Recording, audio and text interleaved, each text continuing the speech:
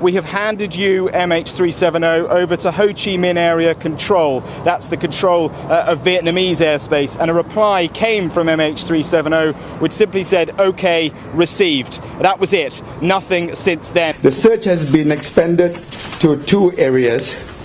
And we are now searching nearly 27,000 square nautical miles. The way forward, ladies and gentlemen, is to bring more experts to analyze both the civilian and the military data in the east or in the west, on land or in the water. And this is exactly what we are doing today.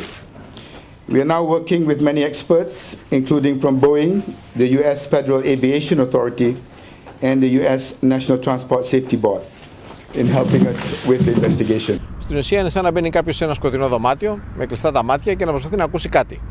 Αυτό σημαίνει ότι πρώτα πρέπει να εντοπιστεί κάποιο άλλο σημείο, κάποιο άλλο στοιχείο το οποίο θα προσδιορίσει ένα εγγύ σημείο του αεροσκάφους.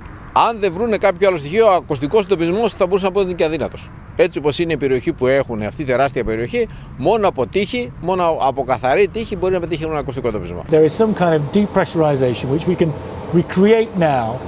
What happens after that? Depressurization. So they're trying to go back to Kuala Lumpur because they know there's something wrong? Yeah, they then pass out unconscious.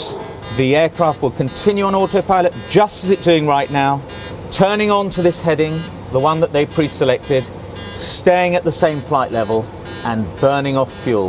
So where's the plane now? Where does it end up? The plane in this case would end up, it's got 3,000 miles worth of fuel on board. It would take it to about the middle of the Indian Ocean.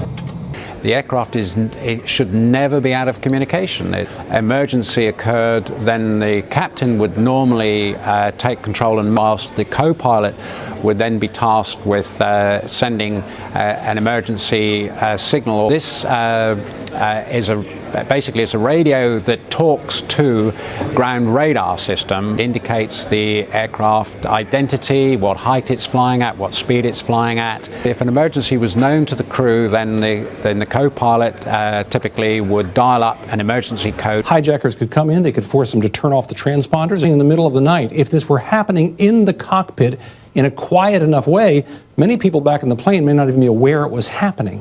Change of direction. Could that happen in a hijacking circumstance or terrorism circumstance? If they're trying to destroy the plane, it does beg the question, why change direction? Why would you not just crash it where it was? But again, if the plane went back over land with passengers in the back, presumably who have cell phones, it seems like there's a possibility somebody would have had some kind of contact. We were sitting on a pretty uncomfortable seat behind the pilot, and throughout the whole flight they were talking to us. They were actually smoking throughout the flight, which I don't think they're allowed to be doing. At one stage they were pretty much turned around in their seats talking to us, and they were so engaged in conversation that he took my friend's hand and he was looking at her palm and said, "A very creative person." We were standing in line at the boarding gate just with everybody else, and the pilot and co-pilot walked past us and came back and asked us if we would like to sit with them in the cockpit during the flight. So obviously we said yes. It's just disappeared off the face of the earth. And if we could just find some wreckage or something, would be a help probably, but not this. Τα παιδιά του ζευγαριού έχουν καταρρεύσει, λέει η γιαγιά του συντετριμμένη. They're absolutely devastated. To lose both parents is just not fair. Paul and I, luckily enough, had got a chance to sit down and talk about our, what would happen if something did happen to either of us, and what was the plan for our children. So I now just have to be strong and carry out his plan if the worst is what it is. My wife said to me, I believe that's the flight you were supposed to be on. And I said, well, in fact, I think it is exactly the flight. And then we got quite panicked because my colleague who went in my place, good news is about 3 hours later, we got a phone call from him saying that he had flown on the earlier flight.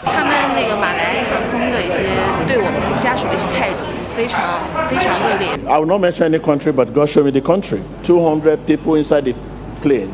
But this is Asia country. So we are going to pray for them in Jesus Christ's name.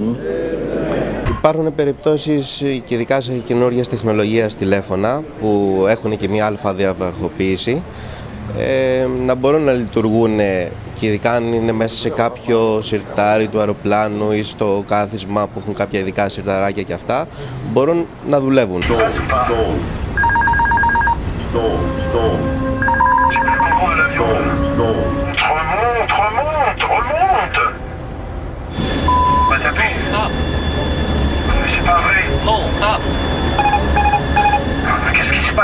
The aircraft was mushing down like that, nose in the air, and it was mushing down through the sky like that. This is a catastrophe, undoubtedly, and we have lost an aircraft with 228 people on board. Flight 447 has seemingly vanished. No mayday, no trace on radar, no witnesses, and no sign of wreckage. It was right in the middle of the big gap, in the middle of the ocean. Communications over the oceans are actually pretty spotty. When French intelligence officers check the passenger list, they spot names they suspect are linked to radical Islamic organizations. We move basically the population of the planet every 3 years. We just can't accept unknowns any longer. Να ρίξουμε μια ματιά στην προεκλογική δραστηριότητα των υποψηφίων. Ανοιχτή συγκέντρωση στη Θεσσαλονίκη πραγματοποίησε ο υποψήφιος ανεξάρτητος ευρωβουλευτής Νίκος Νικολόπουλος. Παρακολουθούμε χαρακτηριστικά αποσπάσματα.